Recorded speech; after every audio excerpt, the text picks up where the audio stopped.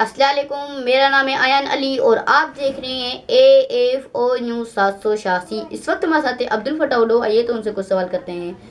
ہاں عبدالفتاح، بتائیے، جیل سے کچھ قیدی فرار ہو چکے ہیں اور عمران خان کے بارے میں بھی کچھ بتائیے۔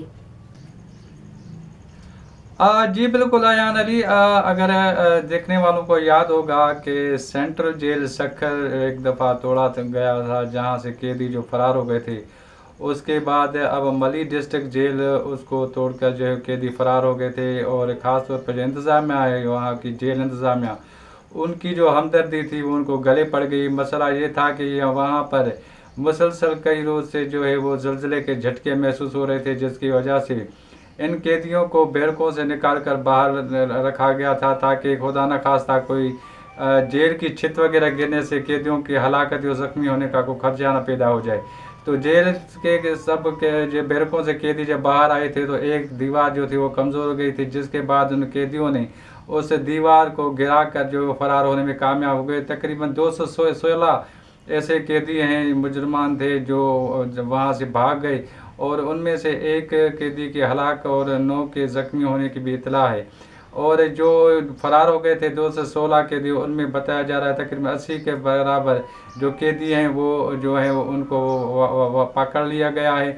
اب جو ہے جیل انتظامیہ میں ظاہر سی بات ہے کہ ہلچل سی مچ گئی ہے، اور سندھ حکومت نے یہ بھی کہا ہے کہ جو قیدی فرار ہو گئے اگر وہ واپس آ جاتے ہیں تو ان کے خلاف کوئی کیس نہیں ہوگا، اور اگر وہ فرار ہو گئے اور واپس نہیں آئے، جو فرار ہو گئے ہیں، تو ان کے خلاف دہشت گردی ایکٹ کے تحت اور جو جیل توڑنے کے جو قوانین ہیں ان کے تحت ان کے خلاف مقدمہ درج کیا جائے گا۔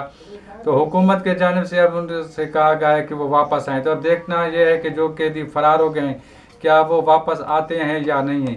دوسری جانب اگر ملکی صورتحال کو دیکھا جائے تو ملک گیر احتجاج کا اعلان کیا ہے عمران خان نے، اور انہوں نے یہ کہا ہے کہ وہ ملک گیر احتجاج کرنے جا رہے ہیں کہ آنے والے دنوں میں صورتحال کس سمت بیٹھنے جا رہی ہے، کیونکہ عید قربان کے بعد بڑے سے جو ہے سیاسی ہلچل ہونے جا رہی ہے۔ بجٹ بھی جو ہے وہ پیش ہونے جا رہا ہے، اور بجٹ میں ایک جانب جو IMF کا سخت دباؤ ہے کہ وہ جو ہے وہ بجٹ میں جو ہو سکتا ہے کہ ایسا سخت بجٹ پیش کیا جائے جس کی وجہ سے عام آدمی پر بوجھ شاید بڑھ جائے۔ تو دیکھنے آئے کہ صورتحال یہ ہے کہ آنے والے دنوں میں کیا صورتحال پیدا ہونے جا رہی ہے، اور خاص طور پہ عمران خان کے جانب سے جو ملک گیر احتجاج کی کال دی گئی ہے تو وہ کال کس حد تک کارآمد ہوگی۔ اور یہ بھی افواہیں گردش کر رہی ہیں کہ عمران خان کو جو ہے ڈیل کے بارے میں کہا گیا ہے کہ آپ ڈیل کریں، کیونکہ یہ ایک افواہوں کی حد تک ہے۔ ان سے کہا گیا ہے کہ آپ کو رہا کر دیا جائے گا لیکن آپ 3 سال تک خاموش رہیں، لیکن اس میں کس حد تک صداقت ہے کہیں سے بھی کوئی تردید یا تصدیق نہیں ہو سکتی۔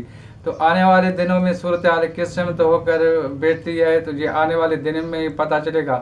تو خاص طور پر جو جیل سے فرار ہو گئے تھے قیدی، سینٹرل جیل سکھر کا جو جیل ٹوٹا تھا اس کے بعد یہ سب سے بڑا یہ واقعہ ہے کہ جیل سے اتنی بڑی تعداد میں قیدی فرار ہو گئے ہیں۔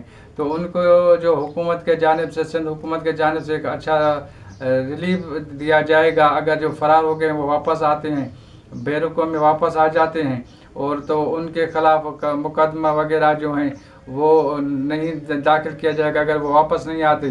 تو ہمارے چینل کے توسط سے ان کو سے ایسے سمجھے کہ حکومت کے جانب سے ایک پیغام پہنچایا جا رہا ہے کہ آپ جو ہے واپس آ جائیں، ورنہ آپ کو دہشت گردی کی ایکٹ کے تحت جو وہ مقدمہ درج کیے جائیں گے، جیل توڑنے کے مقدمے کا سامنا کرنا پڑے گا۔